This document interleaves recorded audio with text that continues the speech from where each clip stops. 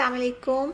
आज मैं आपके साथ शेयर कर रही हूँ गाजर के हलवे की बहुत ही आसान रेसिपी जो बहुत ही आसानी से बन भी जाती है और बहुत ही जल्दी तैयार हो जाती है। तो चलें जी रेसिपी को स्टार्ट करते हैं। इसके लिए मैंने 1 केजी गाजरें ले ली हैं जिनको मैंने धो के जो है वो मैंने इनका छिलका उतार लिया था और जो इसके एंड्स हैं वो काट दिए थे। और जो ये गाजरें हैं आपने ऐसी लेनी है जिनमें ये येलो वाला पार्ट कम से कम हो और फिर आपने इनको एज़ इट इज़ जो है वो प्रेशर कुकर में डाल देना है। तो जो गाजरें जो आपको लगें कि थोड़ी सी बड़ी हैं आप उससे 2 पीसेस में कट कर लें और फिर जो है आप इसे प्रेशर कुकर में डाल दें।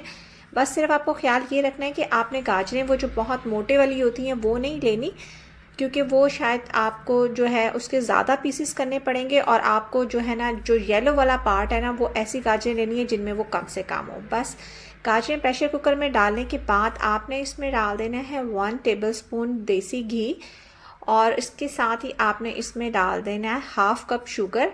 हाफ़ कप समझ लें आप इसको या 8 टेबलस्पून। तो मैं अपने टेस्ट के हिसाब से डाल रही हूँ, आप अपने टेस्ट के हिसाब से जो शुगर है उसको कम या ज़्यादा कर सकते हैं।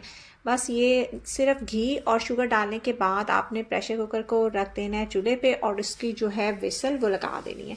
जितनी देर में गाजरें कुक हो रही हैं उतनी देर में हम इसके लिए मावा बना लेते हैं।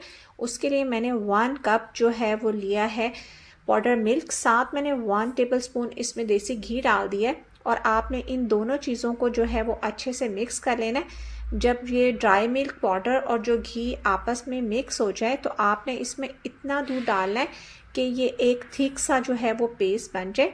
आपने इसमें थोड़ा थोड़ा करके दूध डालते जाना है और इसे मिक्स करते जाना है यहाँ तक कि इसकी रिबन कंसिस्टेंसी हो जाए। तो बस इस स्टेज पे आपने इसको जो है दूध डालना बंद कर देना है और आपने इसको रख देना है माइक्रोवेव में। मैंने 2 मिनट का टाइमर सेट कर दिया है और इस मिक्सचर को माइक्रोवेव में रख दिया है, लेकिन हम इसे 1 मिनट के बाद जो है निकाल के चेक करेंगे और फिर दोबारा इसे मिक्स करके हम इसे दोबारा माइक्रोवेव में रखेंगे। ये देखें ये कितना जो है स्टीम जनरेट होना शुरू हो गया माइक्रोवेव में और जो है मिक्सचर की कुछ इस तरीके की होगी ये कंडीशन। आपने इसको मिक्स करना है और उसके बाद आपने इसे दोबारा माइक्रोवेव में रख देना है और फिर आपने इसे 1 मिनट के लिए दोबारा आपने इसको जो है वो माइक्रोवेव में कुक होने देना है। तो उसके बाद मैं आपको दिखाती हूँ कि 2 मिनट के बाद क्या रिज़ल्ट आता है।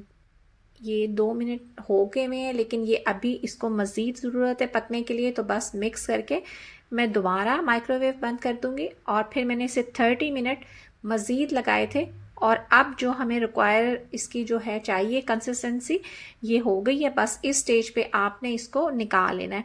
आपने इसको जो है वो 3 मिनट से ज़्यादा बिल्कुल नहीं देना। मेरा जो ये मावा है ये 2 मिनट और 30 सेकेंड में बन के रेडी हो गया हुआ है। तो हो सकता है कि आपको 3 मिनट लग जाए या हो सकता है आपका 2 मिनट पे ही हो जाए, बट आपने 3 मिनट से ज़्यादा इसको टाइम नहीं देना। यहाँ पे प्रेशर कुकर की विसल भी घूमना स्टार्ट हो गई हुई है। तो मैंने जब ये विसल जो चलना शुरू हो जाए तो मैंने 5 मिनट मज़ीद इसको उसके बाद मैंने पकाया था। और अब जो है मैं आपको अंदर से खोल के दिखाती हूँ कि जो गाजरें हैं उनकी क्या कंडीशन है। तो ये देखें गाजरें जो है आपको शक्ल से ही पता चल रहा है कि वो काफ़ी सॉफ्ट हो गई हुई हैं और ये देखें कितनी आसानी से जो नाइफ़ है वो गाजर के अंदर तक जो है वो इंसर्ट हो रही है। और जो ये कैरेट्स हैं इन्होंने अपना जो है पानी भी छोड़ दिया है और ये जो पानी आपको इसमें नज़र आ रहा है मैंने इसमें बिल्कुल पानी ऐड नहीं किया, ये कैरेट्स का अपना पानी है। बस अब आपने एक पोटैटो मैशर जो है वो ले लेना है और इन गाजरों को अच्छे तरीके से आपने मैश कर देना है। और ये इतनी सॉफ्ट होती हैं कि ये सारी जो हैं बहुत ही आसानी से जो हैं वो 2 मिनट के अंदर सब मैश हो जाएंगी और जो इनका टेक्सचर है वो बिल्कुल ऐसा ही लगेगा जैसे कि आपने इन कैरेट्स को ग्रेट किया। बिल्कुल भी पता नहीं चलेगा कि आपने इन जो कैरेट्स को आपने पोटैटो मैशर की मदद से मैश किया है। बस इसके बाद आप एक पैन ले लें और उसमें 1 जो है टेबलस्पून आपने देसी घी डाल देना है और देसी घी डालने के बाद आप ये मैश की हुई जो कैरेट्स हैं उसको पैन में डाल दें और इसकी जो है ना वो अच्छे तरीके से भुनाई कर लें। आपको ये इसकी भुनाई करने में तकरीबन 5 से 7 मिनट लगेंगे।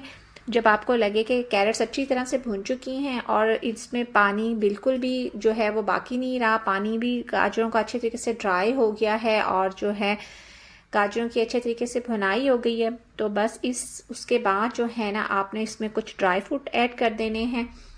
आप अपनी चॉइस के कोई भी ड्राई फ्रूट ऐड कर दें इसमें और बस आपका जो है ये कैरेट का जो हलवा है वो बन के रेडी है।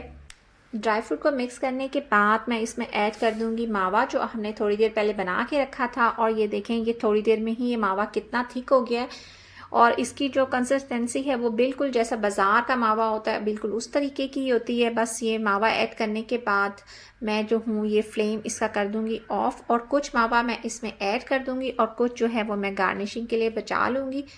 ये मावा भी बहुत जल्दी बन जाता है और प्लस इसकी जो टेस्ट है वो बिल्कुल वैसा ही होता है जैसे हम बाज़ार से मावा ख़रीद के लाते हैं। बस ये ऐड करने के बाद जो है आपका जो है गाजर का हलवा जो है वो बन के रेडी है। उम्मीद है कि ये रेसिपी आपको और आपके घर वालों को ज़रूर पसंद आएगी। आप इसको ज़रूर ट्राई करें और जब आप इसको ट्राई करें तो आप अपना फ़ीडबैक मेरे साथ ज़रूर शेयर करें। बस इसके साथ ही लेती हूँ आपसे इजाज़त, मिलूँगी नेक्स्ट व्लॉग में। तब तक के लिए अल्लाह हाफ़िज़।